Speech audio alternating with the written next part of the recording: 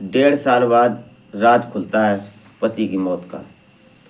वो भी पिता ने पूरी कोशिश की कि हमारे बेटे की हत्या हुई है, सुसाइड नहीं है, क्योंकि उसमें पता चल रहा था जो पत्नी होती है वो पूरी ताकत लगाती है ये बताने की कि इन्होंने आत्महत्या की है, सुसाइड किया है।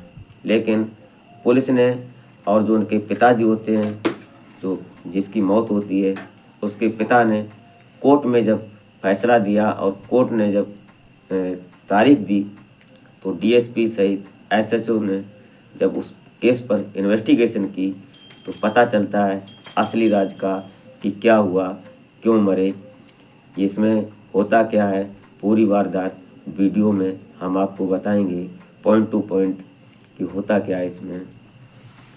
नमस्कार, प्रणाम, मैं अजय कोहली। आज की जो सच्ची घटना मैं आपको सुनाने जा रहा हूँ, ये घटना राजस्थान से है और राजस्थान का एक ज़िला पड़ता है कोटा, और कोटा का एक कस्बा लगता है इटावा, और इटावा का एक मोहल्ला लगता है गुमानपुरा। इस गुमानपुरा में एक 2022 को एक मर्डर हो जाता है, मौत हो जाती है। उस मौत को ये साफ नज़र आ रहा था, सब ने बताया, जो देखने वाले लोग होते हैं वो भी कहते हैं कि आत्महत्या है, लेकिन ये आत्महत्या नहीं थी, ये एक मर्डर था। पुलिस भी चकमा खा गई, लेकिन पिता ने पूरी ताकत लगाई। उन्हें विश्वास नहीं हो रहा था कि हमारा बेटा ऐसा कर सकता है। धीरे धीरे पुलिस भी उस केस में लगी रही और पिता की पूरी ताकत, पिता ने अपना पूरा ही भरकम कोशिश की और उस कोर्ट को जब केस दिया और रिपोर्ट दर्ज करवाई तो पता चलता है कि ये मर्डर था। बात करते हैं, पिता का नाम बीरम होता है और जो मौत हुई, जिसकी मर्डर हुआ, जिसको आत्महत्या बोलते थे, जिसको सुसाइड कह रहे थे, उसका नाम होता है विजय बैरवा। और जो षड्यंत्र रचा था, जिसने किलिंग कहानी लिखी थी, उसका नाम होता है ममता बैरवा। इसके ऊपर केस होता है, इसके ऊपर अपराध होता है, अपराध पति की जान लेने का। इस पर धारा लगती है 144 और 144 धारा के तहत इस पर जांच चलती है। कोटा के डीएसपी, इटावा के डीएसपी जो होते हैं, इनका नाम होता है शिवम जोशी। ये शिवम जोशी जी जब अपने अंडर केस लेते हैं तो इन्होंने जब केस दिया इटावा के एसएचओ को, तो यहाँ के जो मांगेलाल यादव होते हैं एसएचओ, इन्होंने बड़ी शिद्दत से काम किया, बड़ी ईमानदारी से काम किया और इस केस को तह तक ले गई। इसमें केस में बात क्या थी, असली राज क्या था, ये हम पॉइंट टू पॉइंट बताएंगे। कहानी में अंत तक बने रहिएगा और वीडियो अच्छी लगे तो लाइक कर दें और चैनल को सब्सक्राइब कर लें, ताकि हमारी अग्रिम वीडियो आपको प्रथम मिलेगी। और जैसी भी आपको हमारी कहानी लगे तो कमेंट ज़रूर कर दिया करें, इससे हमें ये मोटिव मिलेगा कि आप क्या चाहते हैं हमसे। तो रुक करते हैं कहानी की तरफ। ये जो पत्नी होती है, ये पत्नी बदचलन होती है और इसके कुछ लोगों से अवैध संबंध भी होते हैं, और अवैध संबंध इस प्रकार हो जाते हैं कि इसने अपने यार के साथ मिलकर अपने पति का ही हत्या का षड्यंत्र रच डाला, मिस्ट्री बना दी। रैस मर तो गया पति, लेकिन लाश चिल्लाती रही और उसकी आत्मा तड़पती रही। 1.5 साल बाद केस खुलता है। पुलिस ने जब केस खोला तो इसमें सुनने वालों के भी होश पाकता हुए कि इसमें सब जानते थे, जो मोहल्ला पड़ोस के लोग होते हैं, जो परिवार के लोग होते हैं, जो रिश्तेदार होते हैं, वो सब जानते हैं कि जो ये विजय बैरवा होता है, इसने आत्महत्या की थी। लेकिन ऐसा नहीं था। जब केस पुलिस ने खोला तो पता चलता है कि इसकी जो पत्नी होती है ममता बैरवा, इसने ही अपने पति की हत्या की थी और इसने हत्या का पूरा हाथ था इसका। इसका दोस्त होता है, उसने इस षड्यंत्र को रचा था। तो बात इसकी है और इस कहानी की है। इसमें जो डीएसपी होते हैं शिवम जोशी जी, इन्होंने जब केस अपने अंडर लिया था, ये 9 दिसंबर 2022 की बात है, लगभग 22, ये लगभग 1.5 साल की बात हो गई थी, तब जाकर ये केस खुला।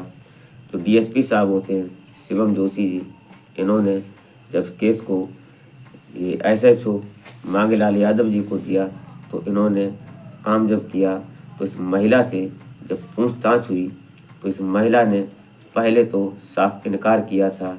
जब 9 दिसंबर 2022 की बात थी, तब पीछे की बात थी, तो इस महिला ने साफ इनकार कर दिया था और अब इतने घड़ियाली आंसू बहाए थे जिससे जो और पास के लोग होते हैं, समाज जुड़ता है। जब किसी की मौत होती है या किसी की हत्या होती है तो गांव के लोग इकट्ठे होते हैं और ये प्रचलन है कि एक इंसान की जब डेथ होती है तो वहाँ पर लोग जाते हैं।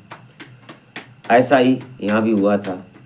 जब यहाँ जो ये विजय बैरवा होते हैं, जब इनकी मौत हुई थी तो वहाँ जो लोग थे वो देख रहे थे, तो बड़ी दया आ रही थी सबको, बड़ा अफसोस मना रहे थे। सब उस दिवंगत आत्मा को शांति की प्रार्थना कर रहे थे, प्रेयर कर रहे थे। लेकिन ये जो इसकी पत्नी होती है, ये अपने अंदर ही अंदर बड़ी खुशी मना रही थी, क्योंकि इसने ही अपने पति की हत्या में षड्यंत्र रचा था। अब होता क्या है, इसका जो ममता बैरवा होती है, इसका किसी के साथ अफेयर था और ये बात जो इसका पति होता है विजय बैरवा, इसको पता चल जाती है। और जब पता चल जाती है तो फिर ये जब इस बात को रोकता है, मना करता है, तो ये बात ममता को हजम नहीं होती है और अच्छी नहीं लगती है। जब इस बात में दोनों की नोक झोंक होती है और आए दिन लड़ाई झगड़ा होता था, क्योंकि विजय बैरवा इस बात को रोकता था कि तुम ये गलत कर रही हो, लेकिन ममता बैरवा जो होती है ये बात नहीं मानती है। जब मानती नहीं है तो फिर धीरे धीरे विवाद बढ़ जाता है। तो ममता ने एक मिस्ट्री बनाई, एक रहस्य बनाया और एक ऐसी कहानी बनाई जिसमें वो पास हो गई। उसका जो दोस्त था, जो यार था उसका, उसके साथ अनैतिक संबंध भी थे, लेकिन जब ये दोनों की बात विजय को रास नहीं आई तो दोनों ने मिलकर उसकी मौत का षड्यंत्र रच डाला। और षड्यंत्र इस प्रकार रचा कि एक दूसरे के लिए जीने मरने की कस्में खाने लगे।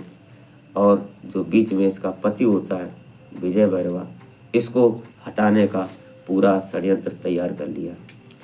अब ये दोनों ने मिलकर एक ऐसा प्लान बनाया कि जिससे विजय की मौत हो गई। और मौत तो हो गई, जो कि दम घुटने से मौत हुई, ये पोस्टमार्टम में दिखाया गया और पोस्टमार्टम में यही रिपोर्ट आई कि दम घुटने से विजय बैरवा की मौत हुई थी। मौत तो हुई, लेकिन ये हकीकत नहीं थी, ये हत्या थी, मौत नहीं थी। हत्या में और जो प्राकृतिक मौत में बहुत बड़ा डिफरेंस हो जाता है।